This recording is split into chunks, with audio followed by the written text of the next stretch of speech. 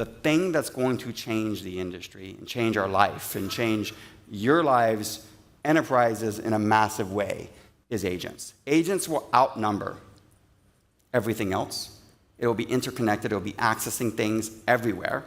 And we're not going to be able to discern the difference between the two, especially with the tools we use today. It's all going to look like one mesh. Think about your firewalls. Is your firewall going to be agentic aware at all? Like, there's no way.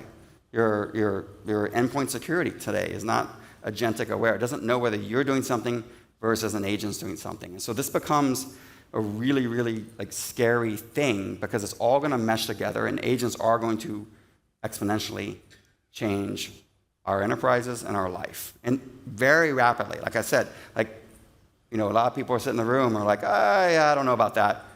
Or you're either really, who's scared? Who's scared of agents right now? All right. I think that just like I sat in the room and with those CIOs and those CISOs and they said this cloud thing's not happening. I'm seeing the same thing on agents. Not AI, but agents. Now, look at this like an autonomy slider. And think about if you have kids. You let them, you're like, all right, you can go outside the house. Okay, you can ride your bike around the neighborhood without me watching you. But you can't leave the neighborhood, right? You put these controls in place, these guardrails. But it's an autonomy slider. And it's the same thing with AI. It's how much do I allow you to do things at the same time trust you to do that, and what guardrails I'm going to put in place. Now, the beginning here is just autocomplete of code. If you talk to most developers, they'll say, I'm getting somewhere between 10 and 30% benefit to programming.